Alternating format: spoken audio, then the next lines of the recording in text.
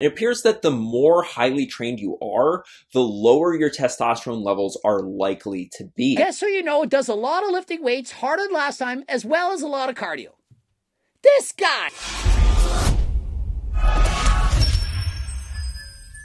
Coach Greg, and research shows that cycling can lower your testosterone. And so Dylan Johnson made a video.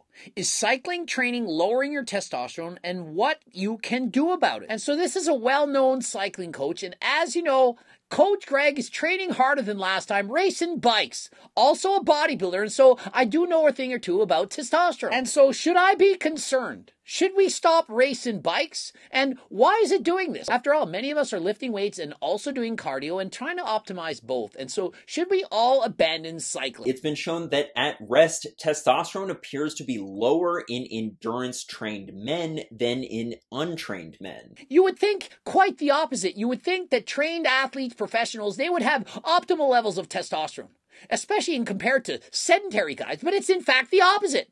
The more highly trained you are, the more advanced you are in your training, the higher level of athlete you are in cardio, the lower your testosterone. And so this is termed exercise hypogonadal male condition, EHMC.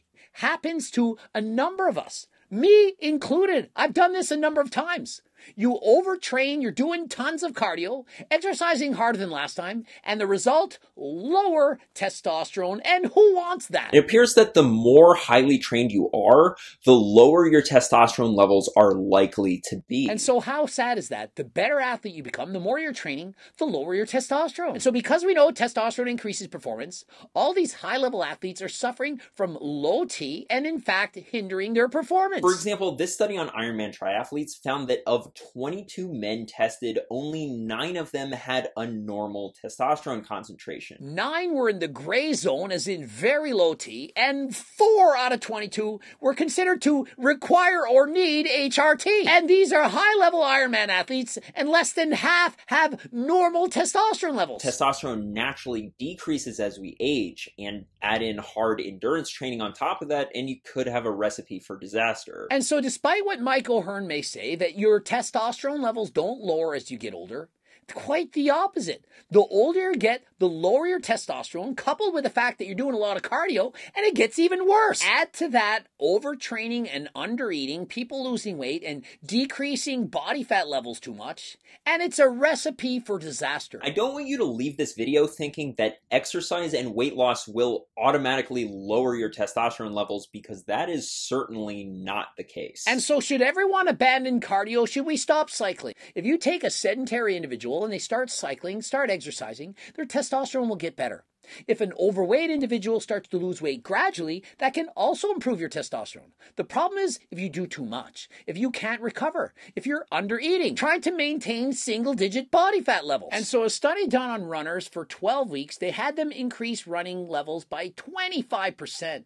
After the end of the 12 weeks, they tested and over half were deficient in testosterone. And so think of that. If you add a significant amount of cardio to your training, it's a recipe for disaster. And so with the new year approaching, you start doing more cardio than last time, 2-a-day workout saying, I'm going to get my amazing physique by March. I can't wait. You're going to suffer from lower testosterone levels and you're going to overtrain.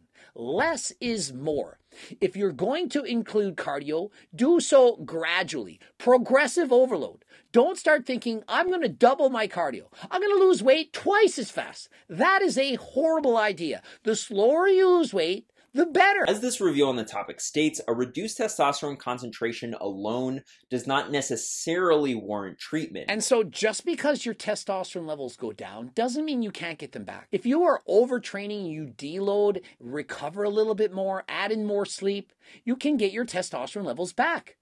Drop too much body fat, eat more, increase body weight, testosterone levels can rise yet again. And so on top of having low testosterone, if you notice a decrease in sexual function, brain fog, decreased mood, irritability, can't sleep, then at that point you may in fact require HRT. But before going on HRT, why not increase testosterone naturally? Consider taking G-test or 3-test. Andrew Huberman on the Joe Rogan podcast showed that Fedosia agrestis and Tom Ali favorite, can each increase testosterone by 1 to 200 nanograms per deciliter.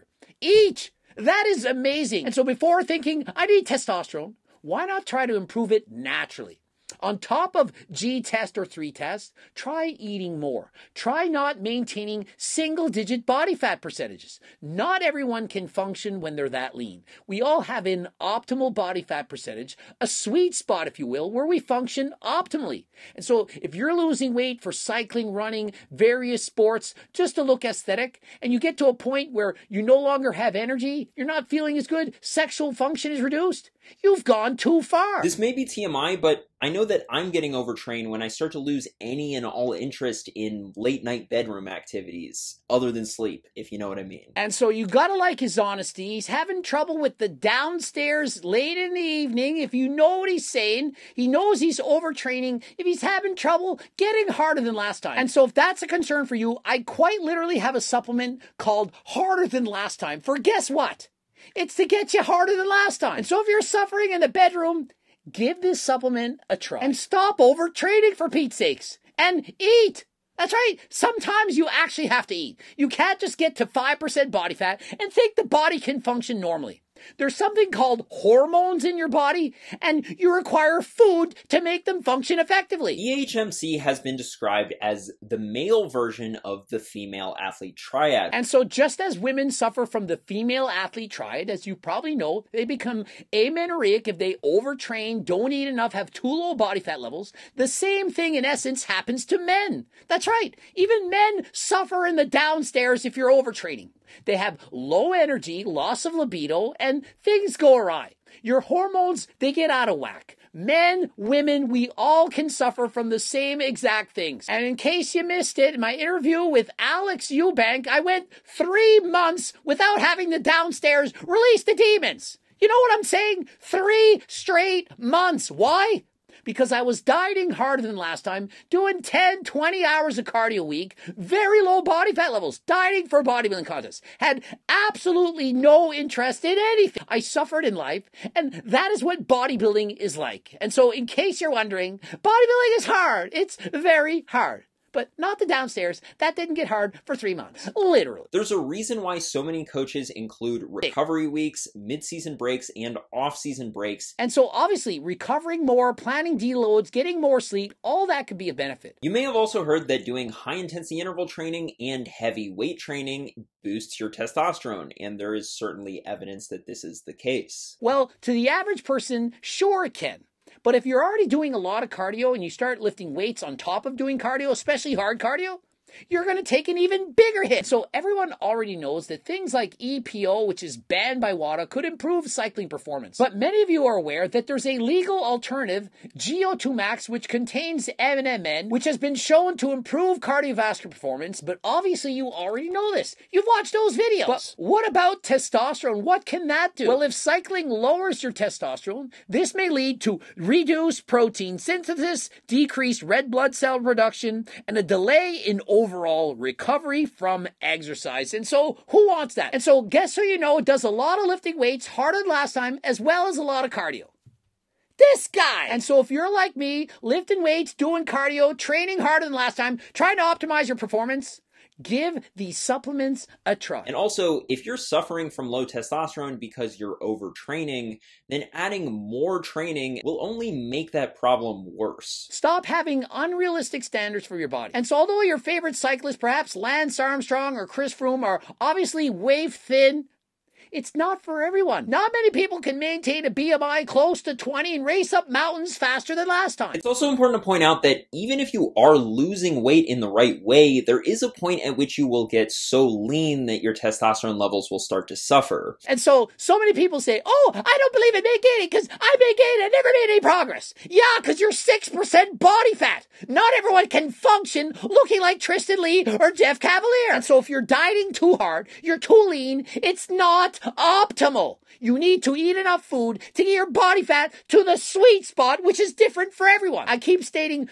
15% body fat for most people, but high performance athletes, perhaps 10%, others 20. And so if you're single-digit body fat thinking, oh, I'm main-gaining and it doesn't work, it's because you're main-gaining at too low a body fat percentage. And so if you're interested in cycling-specific coaching, please message Dylan Johnson. Very educated. I've watched a number of videos. But if you're just looking to lose weight, keep it off, be in the shape of your life, message Coach Greg. Coach Greg, myself, and my team do coaching plans. I also do phone consults. Subscribe, click the bell button, comment for the algorithm, watch one of the bloops. Don't forget to follow me on Instagram, Greg Doucette IP Pro. And as always, I have cookbooks, training books, the Circle Diet book. And until next time, I am out.